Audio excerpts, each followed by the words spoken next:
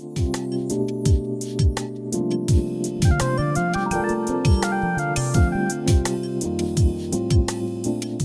week on the PowerPLAY Show, it's not often I have the opportunity to be on the receiving end of the interviews, but that's what's happening on this two-part special co-production with Defining You with Helena J.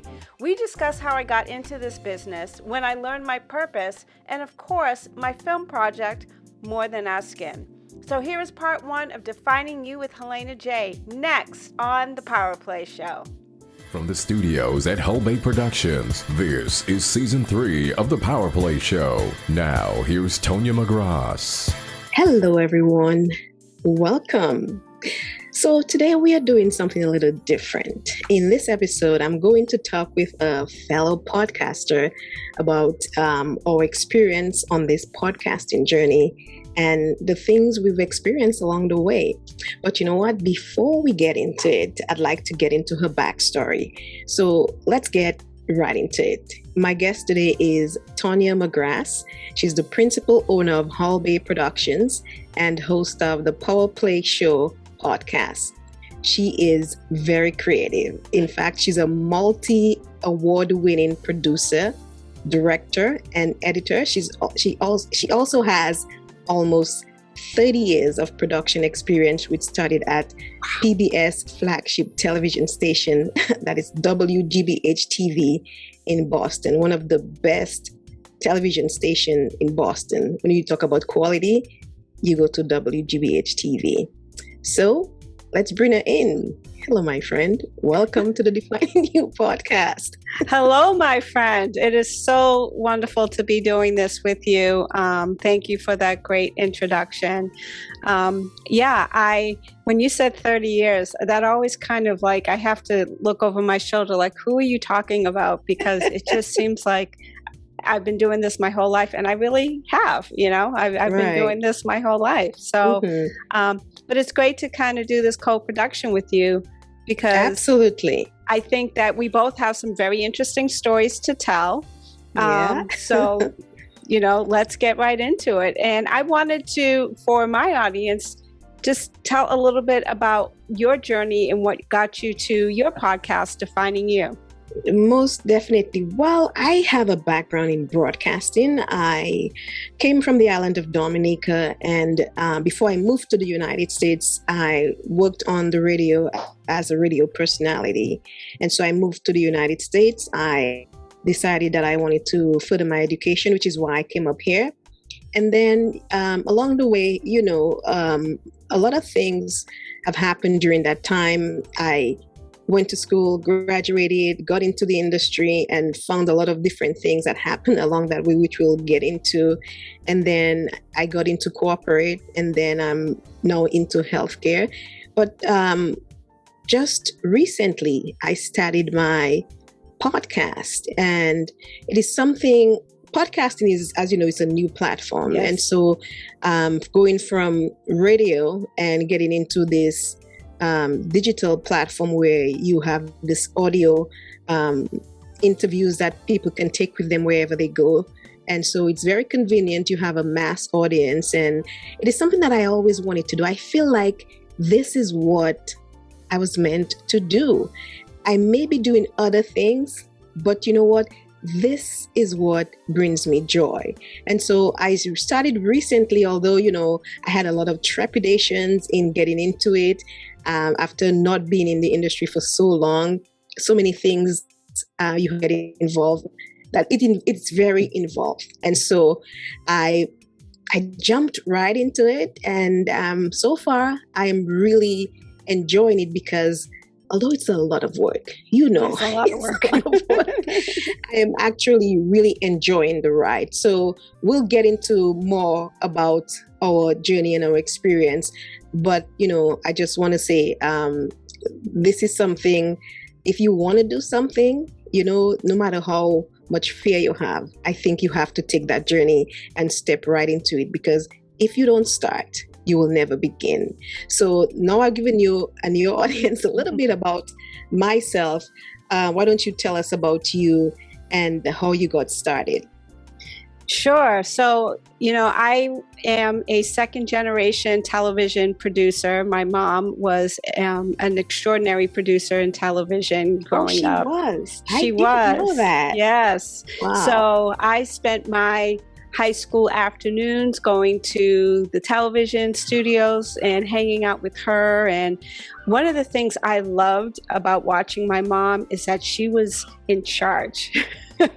And I loved that she was making the decisions and she was kind of telling other people what to do and how to do it. And so that was something that was always very exciting to me about her role.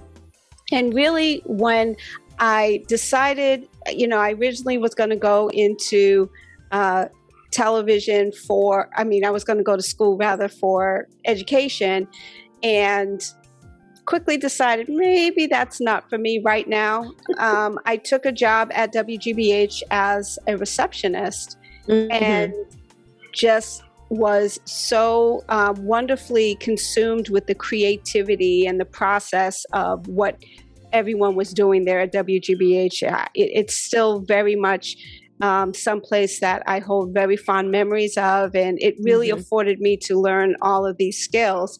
So I spent 25 years there. I literally just kind of like kept going up the ladder, they say, and really trying to find my voice.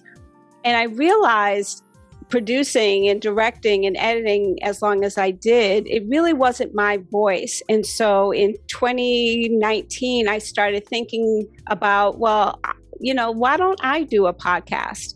And so that my voice can kind of get out there and really just kind of create a place where I'm able to bring stories to light on my terms and be able to ask the questions that I would want to ask and really allow myself to grow in that respect. And it was very scary. I started off with a co-host who's my stepdad, a retired district court judge. And together, That's your stepdad. Okay. He's my stepdad. Yeah. Sevelin Singleton. Shout out, Sevy.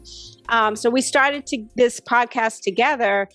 He decided that he wanted to move on to other things. And at first I was like really kind of nervous about like, okay, I have to find another podcast host. I need to find someone else to do this with me. And God kind of spoke to me a little bit. And it was almost like I needed to do this for myself. I needed to kind of handle this on my own. I was really thinking about my voice and what that meant. And so why did I need another voice to help me do that? So is that the fear that's telling you? It is that fear. It is. But you know what? That there's a little voice inside of you, and that's the voice that you have to listen to. Because sometimes I feel like what you want to do, it's already inside of you. And you mentioned God, and I think that's exactly the voice that was telling you, you don't need anybody to do this. You can do this because you have what it takes. You're a producer, you're an editor, you're a director, and you know the stuff. You know what you want to talk about. So you just have to take a chance on you. And I think that's what you did. I think you're doing so well. Oh, thank you.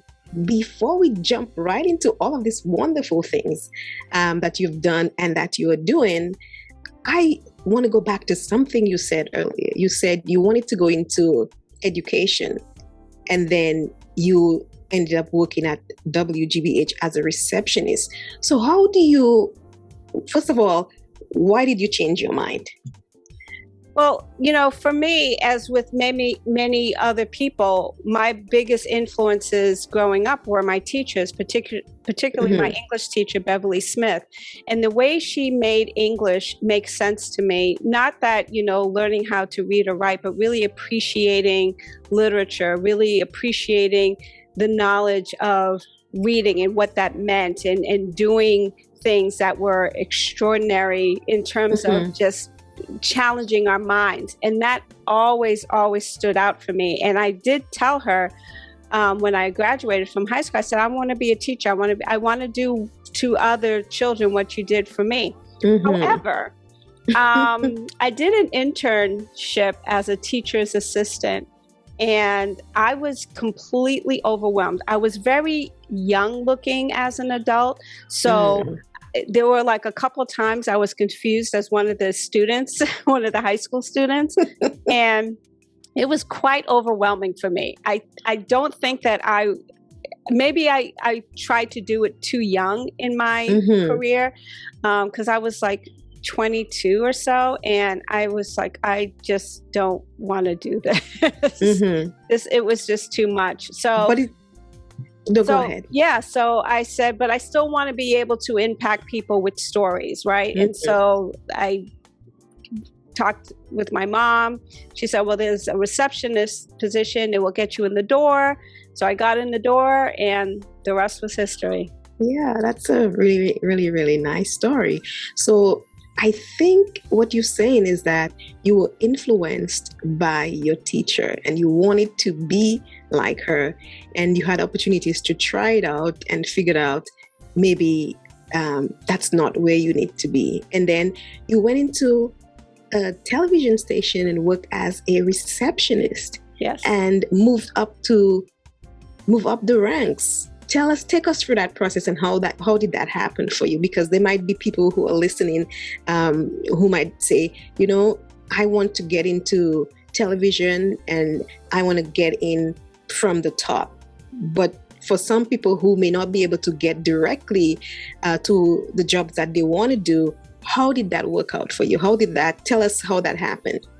Sure. Yeah. So, my mom was also an incredible, and still is an incredible role model in my life. I speak to her every day. And again, it was like seeing her in these positions of, talking to the crew and talking to the talent and really making things happen. And I knew I didn't know enough about television.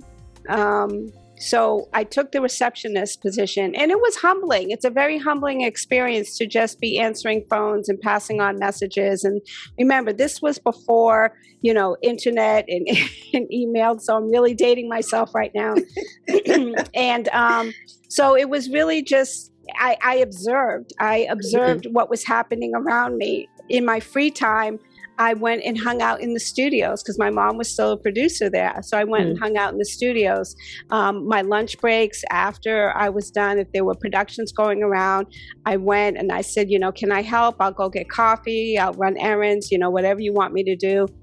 So I really tried to absorb myself as much as I could in my free time, being in the presence of what was happening at WGBH. And when I started to move up the ranks, there are times, and I talk to young people, where you can get very frustrated and impatient with the process, because it is a process. No matter what your career is, it's a process. And it means that you're going to have to sometime take a lateral move, maybe take a move back to get 2 steps ahead, maybe take 3 steps ahead, but then you somehow you get knocked down to, the beginning again.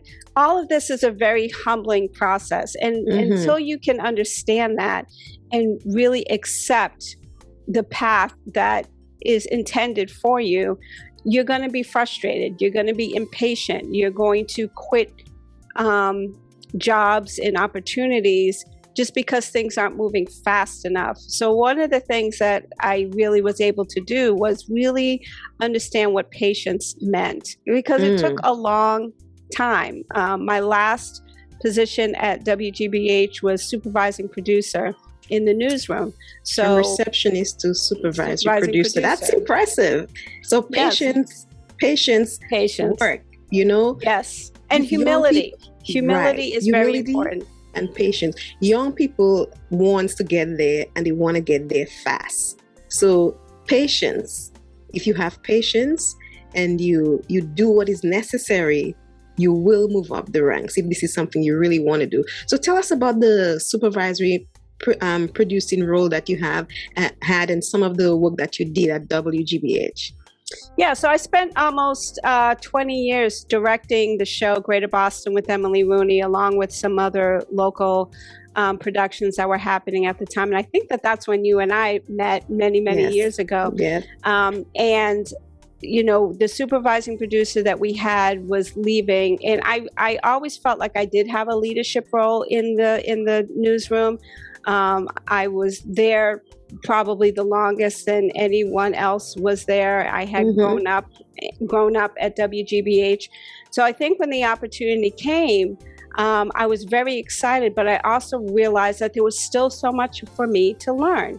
I didn't have all the answers. I did have to ask questions. I did have to fail a few times before I was really able to kind of understand and grasp what it is I needed to do there. But I also realized that it was an opportunity for me to think about what I wanted to do next. So I spent about 5 years as the supervising producer before I left WGBH. And in that time, the newsroom began to change. Our technology began to change. The people began to change. And it was really clear that there was shifts that were happening that maybe Tonya wasn't a part of those shifts. And I don't mean that in a negative way. I just think that things happen, things shift. You have new management, you have new people coming in who have a different direction than what you were used to.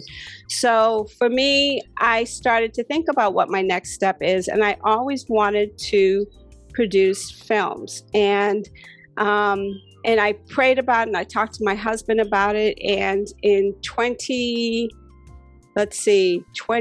November 2015, towards the end of 2015, and I think I left in May 2015. So in November 2015, my pastor, who is the senior pastor of the Abundant Life Church, wanted to do a documentary on the 100 years of the church. And he came to me, and at the time he had like this, maybe we'll just do this quick half-hour thing. And I had a bigger vision, right? Of course, you're a producer.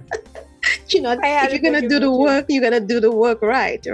And so my vision was, we're going to do 100 years, 100 voices of faith. And so that meant we would actually record 100 interviews. And that's how that film kind of came to be. So it was a very long couple of years. It was a lot of work, but I loved every second of it. I really did. And I was able to co-produce with the person who gave me my first job in television, Calvin Lindsay, who was then the supervising producer for Say Brother.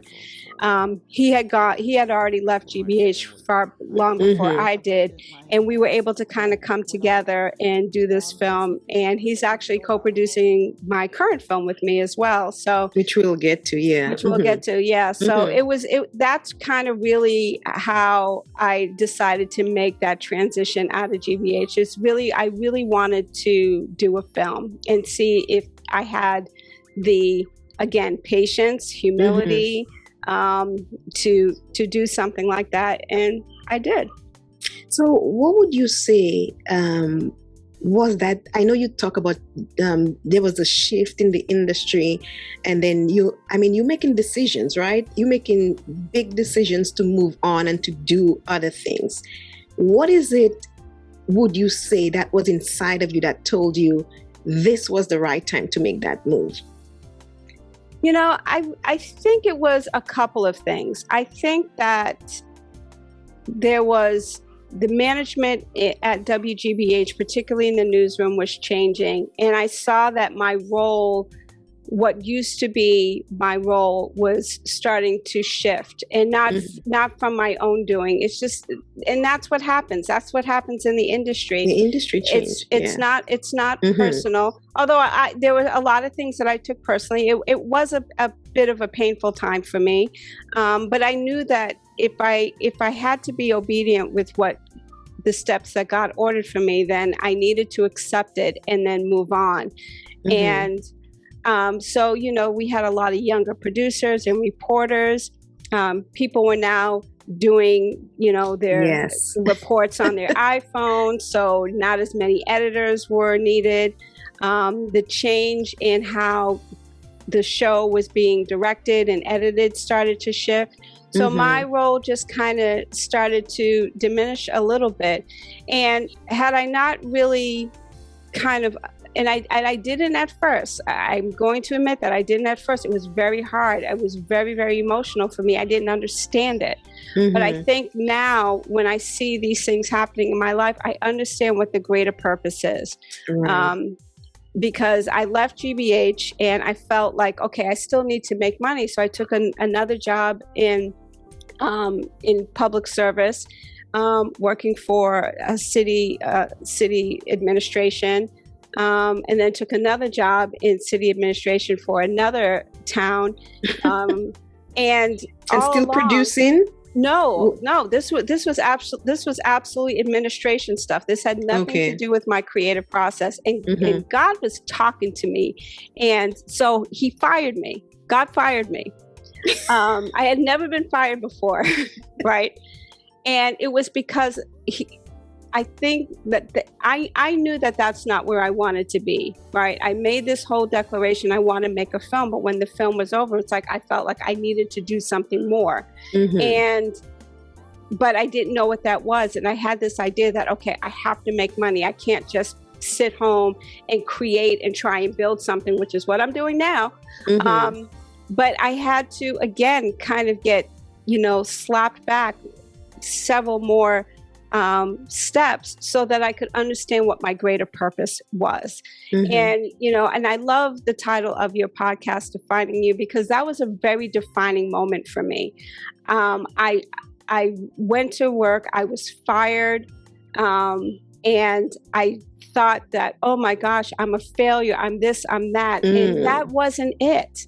Right. God was helping me to define who I needed to be in this process. And I have a wonderful husband who was like, I want you to create. He built me this whole area. I wish I could show you my whole little studio in my home, but he built this for me because he believed in what it is I could do. And but you know something, you keep talking about God and you keep talking about your faith, and I love that because you had something to hold on to.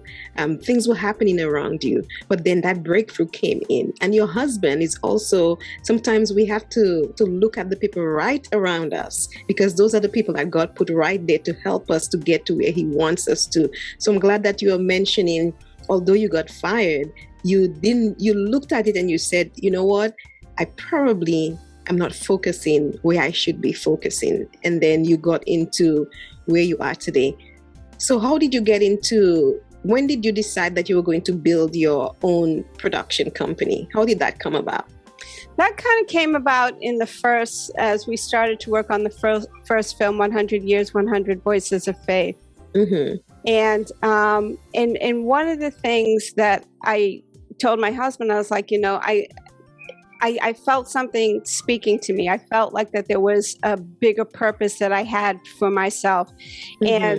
And so Hull Bay Productions came. Now, Hull Bay is the place where my husband lived in St. Thomas, where I met him. So that is the title of the name of our production company. Okay, so yes. That's a connection there. So, and I was doing some very small projects, some editing projects here and there, a couple of smaller producing projects. But I thought about, and then I thought of the podcast in 2019, which I talked about, and I knew I wanted to do that. And I'm in my third season now, and that's great. Nice. But over a year ago, I thought to myself, I'm ready to do another film. And I told my husband, I said, I'm ready to do another film. And I knew it was the right time for me, and things were starting to kind of settle down with me enough that I had the space and the opportunity to do it. And I prayed about it. About it because, I do think that that if you have a strong faith life foundation, and foundation, that you're going to hear what God wants you to do. You're going to hear that. And I know that this, some people are like, oh, I don't believe in God. I don't do that. And that's fine. If your life is working for you in that way, far be it from me to try and convince you otherwise. But for me, and I think you kind of share this spiritual faith, that I knew that what was in store for Tonya was far bigger than anything that I could envision, that God has already ordered his steps for me. So when I prayed about it, it organically happened. And when I can tell you is that I know now where to put my dreams, my prayers, my thoughts, and I wait for God to answer. And God is very literal with me. There's not a lot of stuff I have. Oh, what did he mean by that? Oh, I think he meant that. No, he's very, very literal with me. So, so that's, yeah. So when would you say, can we talk about the time? Because again, this is also a learning experience for folks that are listening. Let's talk about your first time you actually produced something. What was that like for you? Oh, wow. So I'm taking you back. You are taking me back. So this is a great story. So in 1993 or 4, in that season of Say Brother, I was an associate producer for Say Brother. And I had a story and I can't remember what the original story is. And this is why God is just so good. I can't remember what the original story was, and I had been doing like a couple of segments here and there, but I wanted to do a whole show, a documentary, a 30-minute documentary. So I remember my senior producer, Calvin, was in New York, and I think they were interviewing Brian Gumbel. It was like some big thing that they were doing. So my interview fell through. The person changed their mind or something, and again, I can't even remember what it was. So and that happens, yeah. And that happens, but I didn't have the experience to know what to do with it. But somehow, what was put into my path was this woman, Mika. And Mika was a woman who was part of the Framingham 8. Now, the Framingham 8 were 8 women who were given jail sentences, prison sentences, because they killed their abusers. So these are men that were either sexually or physically and emotionally abusing these women, and they decided to fight back. And it was a big story at the time. So I got one of the women, Mika Scott Pearson, to talk to me. And I remember calling my Calvin, my producer, and just saying that, I have this woman, she's willing to do this for me. And we went back and forth. And, I think that there was some trepidation on his part because I wasn't experienced, he wasn't here. But I went out and I did the interview, and it was so powerful. Her story was it was absolutely powerful, and what she went through, even having to go to jail and then was ultimately released, which I think created the law about being able to defend yourself against your domestic violence abuser. And it was an extraordinary piece of work. It's still one of the things I'm most proud of today. And I got an Emmy nomination, and I was like, wow, tell us about that. Wow. I think I cried a little bit. I didn't know what else to expect from it. And I just was like, I was just overwhelmed. And so come Emmy Awards, I took my grandmother with me. Nice. As my date. Because she passed several years ago, but she's still very much an important part of my life. And they called my name. I won. And I don't know from my seat to the stage how I got there. I think I ran like a crazy person because I didn't want them to say, oh wait, no, we got the wrong name here. It's not Tonya. No, it's actually you won. I did. And is that the Emmy behind you? That's one of the Emmys behind me. Yes. Oh, yes. Wow. And it was wonderful. It was such an amazing experience. And I took a story from beginning to end, soup to nuts. I found the person, I I did the interview. I created all of the elements that went with it. And that was my first time really producing something. And I had the guidance. I did, I had the guidance of the people around me. But that was the first time I really kind of put something like that together. And that felt amazing. It really did feel amazing. Boy, that seemed like a million years ago. Stay tuned next week for part 2 of our special co-production, Defining You with Helena J. Remember, you can listen to past episodes of the PowerPLAY Show wherever you subscribe to podcasts, including iTunes, iHeartRadio, Pandora Podcasts, and Amazon Music. You can also watch us on YouTube. Simply search the Help A Productions Media channel and be sure to subscribe so you always know when we're live. And we air each Saturday at 5 p.m. on BroncoiRadio.com. So tune into a new episode of the PowerPLAY Show each Thursday wherever you subscribe to podcasts or on our YouTube channel, or simply visit thepowerplayshow.com.